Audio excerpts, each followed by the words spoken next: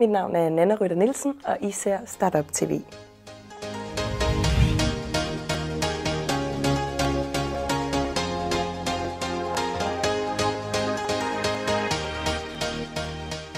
dag har jeg besøg af Jens Jakob, som har startet sin egen webshop på nettet med løbesko.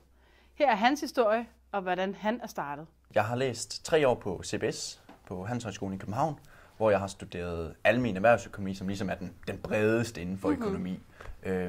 Og har der ligesom haft min interesse for handel, og har altid godt kunne lide at sådan, krejle lidt med tingene. Og jeg tror for mig personligt, så energien den kommer i, at alt det jeg driver, det er noget, som jeg selv bygger op, og det er noget, som jeg selv starter.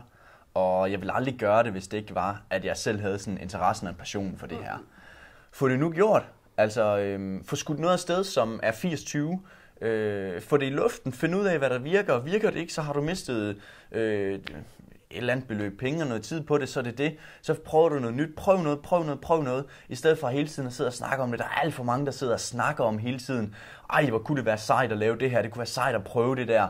Men de gør aldrig noget ved de her ting. Hvis du har en idé, som du synes selv er god, så del den med alle dem, du overhovedet kan. Del den med dine konkurrenter, del den med dem, du frygter allermest. Fordi de har sgu sikkert ikke tid til at lave det. Og hvad får du ud af ikke at dele med dem? Jamen, så sidder du bare med din egen lille idé, der som måske er fremragende, men du får ikke feedback på den, du får ikke at vide, om den sådan er god eller noget.